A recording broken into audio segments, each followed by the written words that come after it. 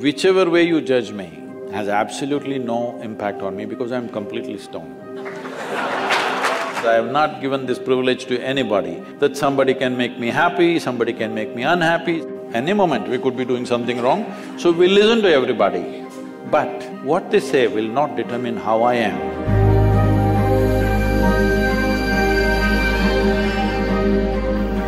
So Sadguru, sometime back I happened to be in a situation where a friend of mine was drunk.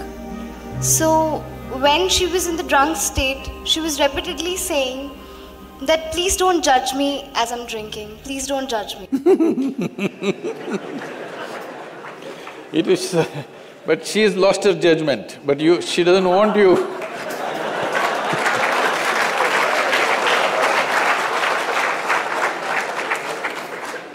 So my question is, whether it is alcohol or not, in life, why are we so apprehensive about being judged by others? And how can we not let this come on our way of being happy?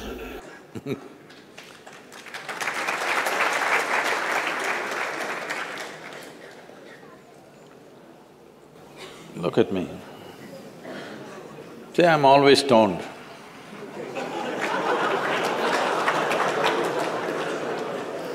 Never touched a substance, but always stoned. You can judge me whichever way you want.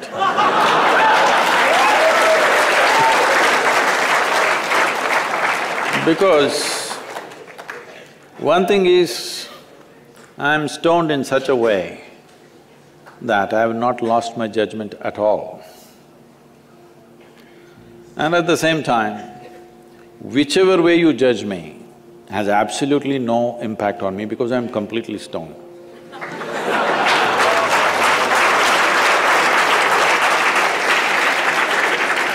Having said that, why this consumption of alcohol and drugs is growing the way it's growing in the world is, this is because the heavens have been collapsing.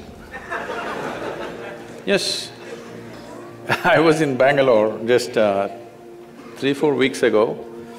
There were over 8,000 people doing a 2-day program with me. And just casually I asked, how many of you think you will go to heaven? Only 5 hands went up. Then I asked, are you all the hell people? No, it's just that both heaven and hell have collapsed in people's minds. This is the first time in the history of humanity that this many people in the world can think for themselves. Otherwise, your priest, your mullah, your pandit or a book was thinking for you. The first time that so many people can think for themselves. Or they're thinking right, thinking wrong, there are many issues about that. But they're thinking right, thinking wrong, but they're thinking. So all illogical things are naturally collapsing. Still, this generation has not fully walked away from it, still there is fear. They can't openly say, there's no goddamn hell or heaven. They're still fearful about it, but they're trying to make a little heaven for themselves here. So, hey, wait.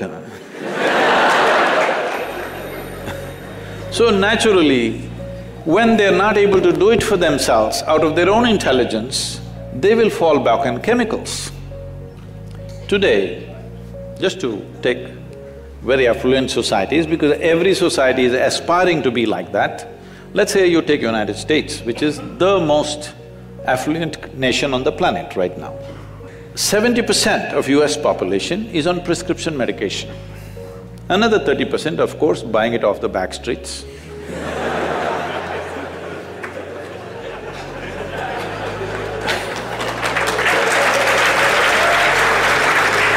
Most affluent nation, obviously affluence is not working. To be healthful, you need chemicals. To be joyful, you need chemicals. To be peaceful, you need chemicals. To be ecstatic, of course, that is ecstasy. So, I'm not even looking at it morally. It's never a moral issue for me. If 90% of this population right now is on chemicals, believe me, the next generation that we produce will be a generation which is much less than us. If we produce a next generation less than ourselves, we have committed a crime against humanity, because the next generation must be at least one step ahead of us, otherwise we've lost it. We've lost the entire process of civilization when we produce a next generation which is actually less than us. So, we are heading towards this rapidly unless we teach individual human beings how to simply sit here and be blissed out. Stoned enough or no? Just look at me. But am I conscious enough, alert enough, clear enough? If there was a way to intoxicate yourself without losing your judgment, without losing your awareness, without losing your intelligence, it's a great thing. Intoxication is a fantastic thing. Only problem is, it takes away your judgment, it takes away your intelligence, incapacitates you. That is the problem, isn't it? Is it true? Ask anybody, you're not in the medical sciences, but ask anybody, is it true that this body here is the greatest chemical factory in the universe right now? The universe that we know at least? Only problem is you're a lousy manager. If you know how to manage this, you would be like me, always blissed out. Anybody can say what they want, anybody can do what they want. This is like this only. Because I have not given this privilege to anybody, that somebody can make me happy, somebody can make me unhappy, somebody can make me miserable. Right now, you are a consequence of other people's opinions. Where do you plan to go like this? Anybody can ruin you. You went outside, somebody told you, Shreya, you are the most wonderful human being we have seen. Then you were floating on that cloud, what number? What number? 9. Oh, in South we do 11. You were floating on cloud whatever number, and you came home, people at home told you who you really are. And the cloud will crash. No.